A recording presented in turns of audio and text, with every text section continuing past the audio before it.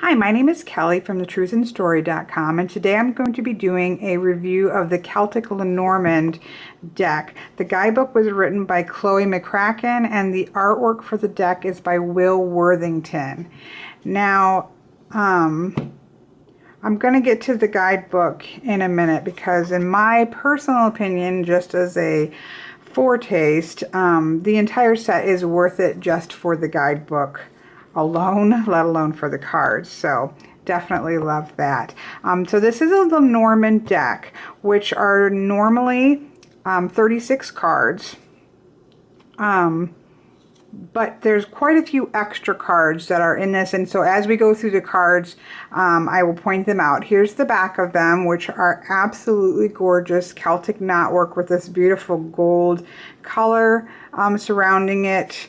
They are reversible, but that does not matter in Lenormand, although these decks kind of do, this particular deck I should say, does cross over into being able to read it in other ways, in which maybe you would then want to do reversals, but you could if you wanted to. But traditionally Lenormand does not use reversals. Now, you have a choice as what to do with the extra cards. You can either put them all in, which on their website they have talked about, or Chloe has talked a lot about ways to use the entire deck, and given insights even how to spread it out as a full grand tableau with the extra cards and kind of how to manage those. So that can certainly be done.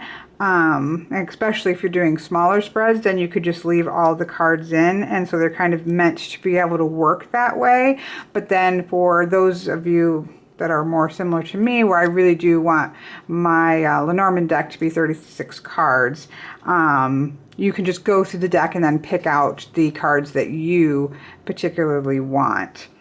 So it comes in a hard box, one of these nice hard cardboard box, and it's a nice size.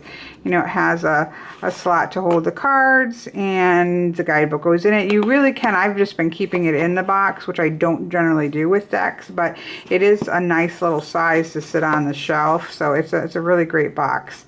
I do really love it, and the cover of it is one of the woman cards that is available for you to choose from, while the cover of the guidebook is from one of the bird choices that you have to choose from. So this is a guidebook. It's fairly small in terms of size, but it is very thorough.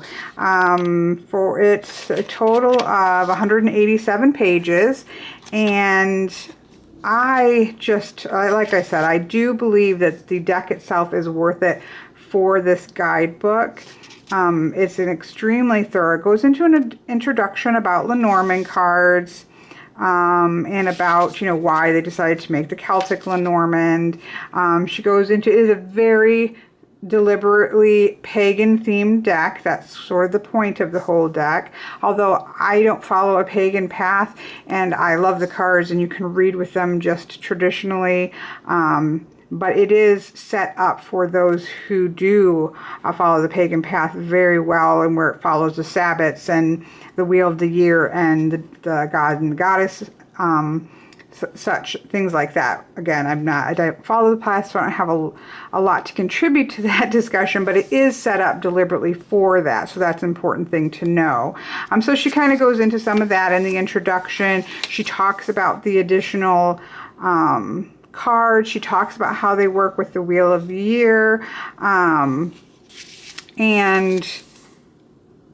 it kind of goes into how it shows, you know, it sets up the card, which we'll talk about when we actually look at the cards. And then it goes into the cards. And this is where I just feel like this deck really shines, because each card, including the additional cards, so it doesn't just have, so there's 2 rider cards. Well, there isn't just an entry for the rider card, but each of the rider cards has its own entry, and for all of the extra cards that's like that, which I think is fantastic. So Here we have the male rider, which they equate to the bard, and they give a list of keywords that are separated into nouns, descriptors, and verbs. If there's timing associated with the card, the timing is put there. If there's a specific person, like here, young, youthful man, lover, visitor, if there's a person that is associated with that card, it also lists that. It lists the playing card association, a description of the card and kind of what they were going for with it, and then a good size paragraph of meanings about the card. Then it has a section on the spiritual readings, because the Lenormand, and one of the reasons I use the Lenormand over the tarot is that the Lenormand is very,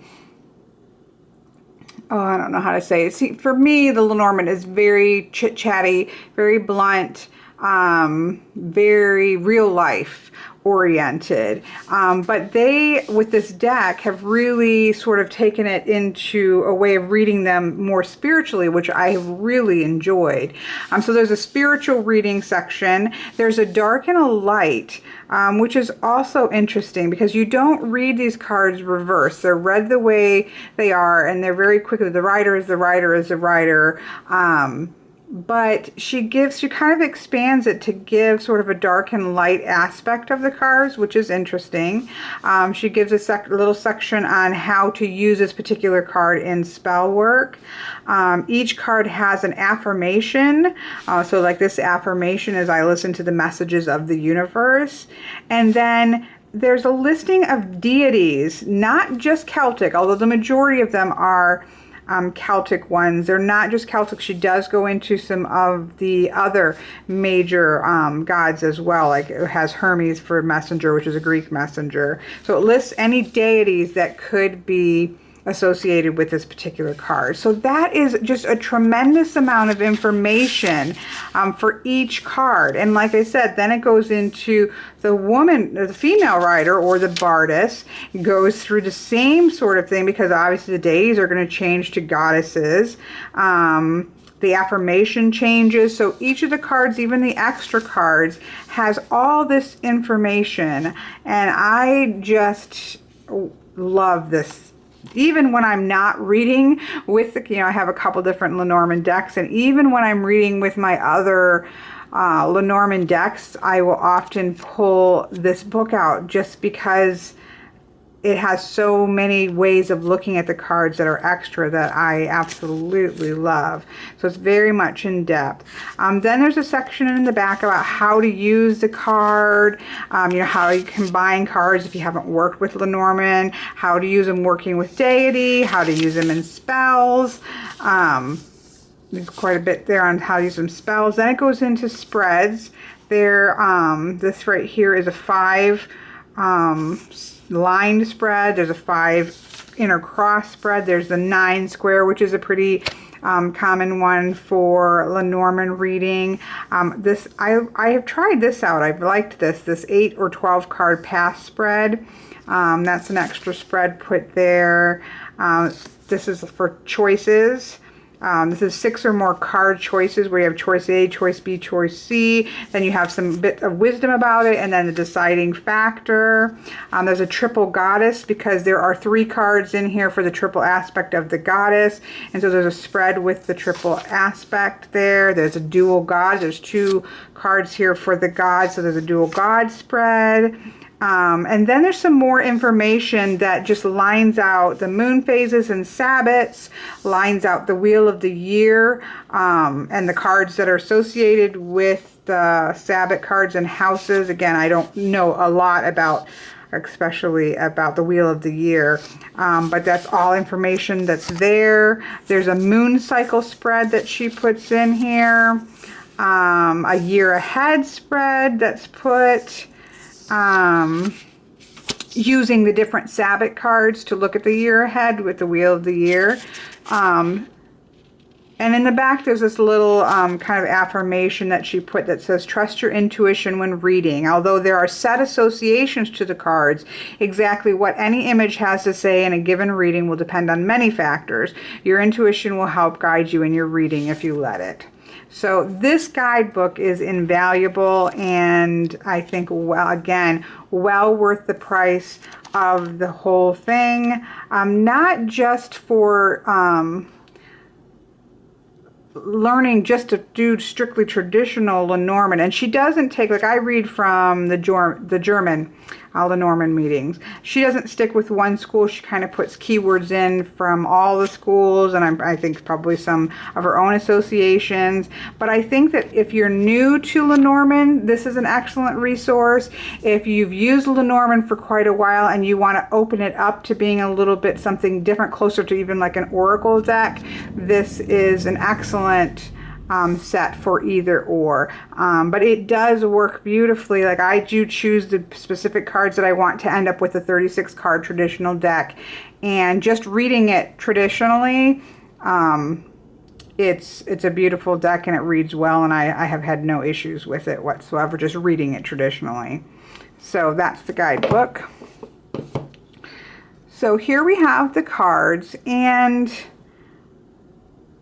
right off the bat, obviously with number, how did I do these? Okay, I did them this way.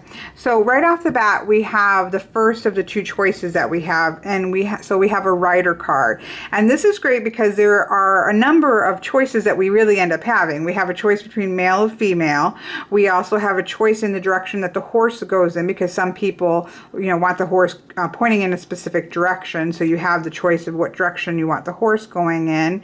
All of the cards have the number of the card at the top, and it has the playing card association at the bottom. It doesn't have the full card insert, which I know a lot of people like, especially for the court cards.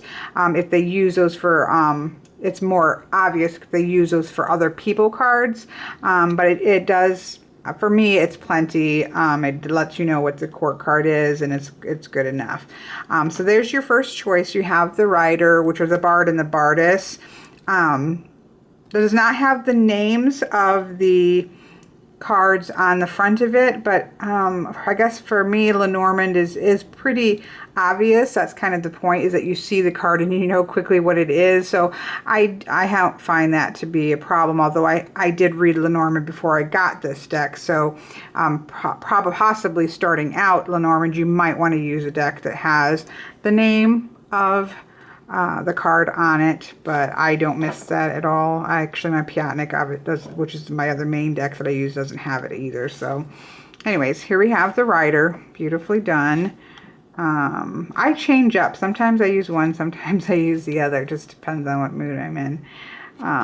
Okay, so then next we have the Clover. And we have a little, most of these cards, with one exception, which when we get to it I'll point out, but most of these cards are very obvious what they are, even the ones that have changed, because there have been some cards changes to fit into the Celtic pagan theme, and it makes perfect sense. I don't mind when tarot decks or Lenormand decks, although mostly the Lenormand I've used up until this one have been traditional ones, but I don't mind if they change it if there's a good reason for it and if the change makes sense. So there are some changes to this deck, but it's pretty clear why, and they're also quite easy to read. But the images themselves, what's important with Lenormand is that you see the card and you know what it is. And with the exception of maybe one or two, this deck really does a good job with that. So here we have the Clover. Here we have number 3, the ship. We have the house. Now here we have the next choice, which are it's the tree card traditionally, but this is the dual aspect of the god, and we have the oak tree and we have the holly. Again, I'm not entirely sure of the significance of those two things, but so you can leave those in if you want to have a chance for these both aspects to come up of the god, or you can choose the one that you do, which I usually choose this one just because I love it. Here we have the clouds card, and as I prefer with clouds, there's a very clear light side and dark side. It's very clear that it is the clouds, so that's good. The next set we have choice of is the snake, which I really like this choice because you have the traditional looking snake, you know, that works really great. No issues there. We have the Queen of Clubs here.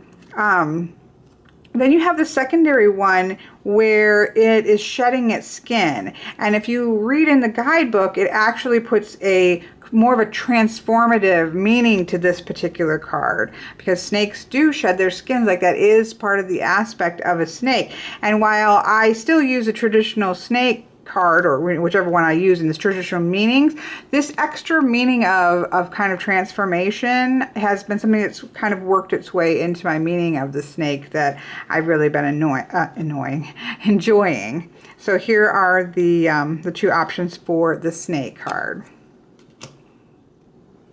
Okay, now here we have number 8, which is normally the Coffin in Lenormand.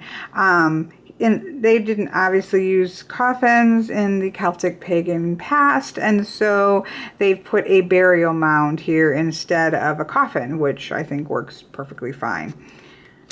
Here we have flowers, which is pretty clear what it is. Here we have the scythe, and it has it pointing, as a lot of people do like for the scythe to point in a specific direction, and it very clearly does that. Here you have the rods or the broom. Kind of feels more like broom in this one, but it's that works. You see what it is right away, obviously. Now the next choice we have here is of the birds, which I really do like this, even if you don't use it as the triple. So this is using it as the triple goddess, which is the maiden, the mother, and the crone. But I really like that they have a choice for an owls, because I like that for the birds card. With Lenormand, but they do have the chickens, and this one is really pretty too. I tend to go back and forth between these two. I don't really see chickens so much as the birds, although it works. They all work. You get to pick whatever one you want, but again, like with the god one, then there's specific spreads using these 3 for the triple aspect of the goddess that you can use, but there's your choices between those. The next choice we have is for a child card. So we have a girl and a boy. So that's nice.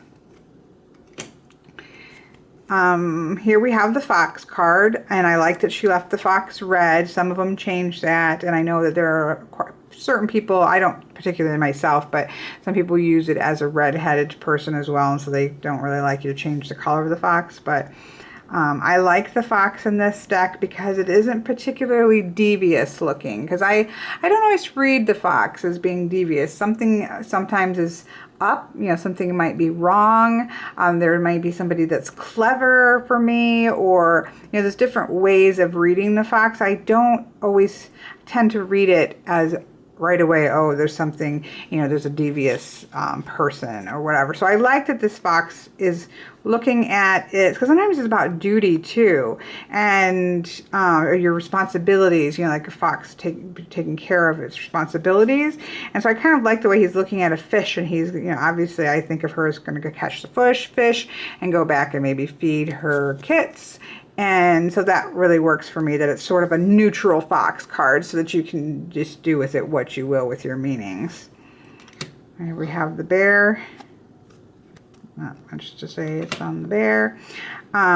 This one is the star card. I don't particularly like that there's this guy here, because it's, focused on the stars, and your eyes kind of drawn to, because again, Lenormand, sometimes, if you're doing the grand tableau, which I really do a lot of, more so than smaller spreads with Lenormand, you want to be able to read really quickly as if you're reading sentences, and you don't want to have to pause and think, oh, what is that? So this guy, your eye is drawn to this guy, and I would have preferred just the starry night skies, but it's still readable.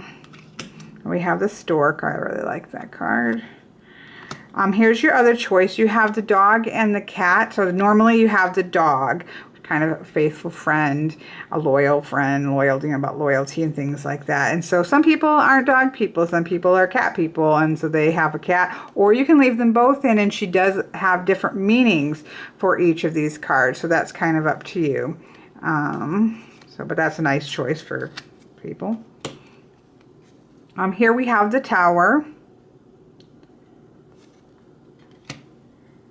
Now this one we have is in replacement of the garden. So normally it's in like a Victorian looking garden, and you know, it has to do with socializing and groups of people. So I like how how they did this, because they're not going to have formal gardens, obviously, in Celtic time period. They weren't going to have, that just wasn't something they were going to have, but they did have where people would come to, say, for the harvest, or you think about like Amish barn raisings where everybody kind of gets together to work together, and then they sit down and have like a communal meal. So they did that in this one, and I can't remember, let's see what they actually called it, because I just kind of still see the same. They called it the meadow instead of the garden. So I think that works really well. Again, it's a change, but it makes sense with the card. It works with the card. And again, I read these just traditional names and really don't have any issue with that. Here we have the mountain. The path. I love this path one with the etched stone in the middle of it. I really like that. Here we have the mice. This is the one I probably have the most issue with, and again, I can read with it now, and it really is sort of a small thing, but with Lenormand, to repeat myself over and over again, you really do want to just look at the card and instantly have that association what it is. This could be clouds. It's heart. This is a heart card, and we have this little shell here down here as the heart. I really would have preferred a very prominent, whatever it's going to be, even if it's going to still use the shell, that it be more prominent so that you're not thinking clouds when you see it. So that this is probably the one that I feel is the least obvious, along with again the stars, but at least the stars are prominent in that particular card. I really like this one. Instead of the ring, which is not a tradition from Celtic time periods, they have the hand fasting card. I actually really like this. I think it works with the meaning of the card, and I really like this switch from the ring to hand fasting.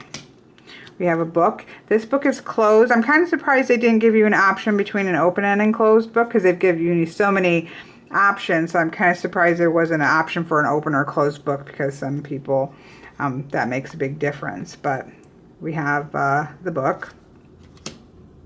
We have letter. I like where you get the ogum. I'm probably pronouncing that incorrectly. And the feather in there. I do really like that card. Then we have the two man cards. We have a man card and a lord card, I guess. It's kind of has two, man and a female, based sort of on economic status here. I usually choose this. I kind of mix them. I end up usually choosing this man versus the lord, and then I generally choose the woman, who would generally be the lady. So mine are a mixed economic status couple.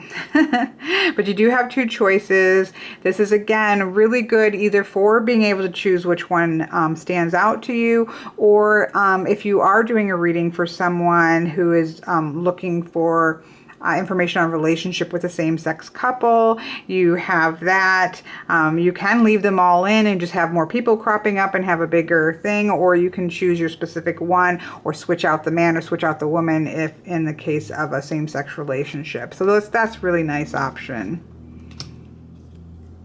Here we have the lilies. This one I would have preferred the standard white lilies, just because that's just so easy to grab, and I believe these are, I want to say these are lilies of the valley, but so they are lilies, but so those are the white lily is just so you just in your brain, you know, if you read Lenormand, that kind of just stands out to you as the white lilies, that associations and stuff. So I would have been nice, but it works.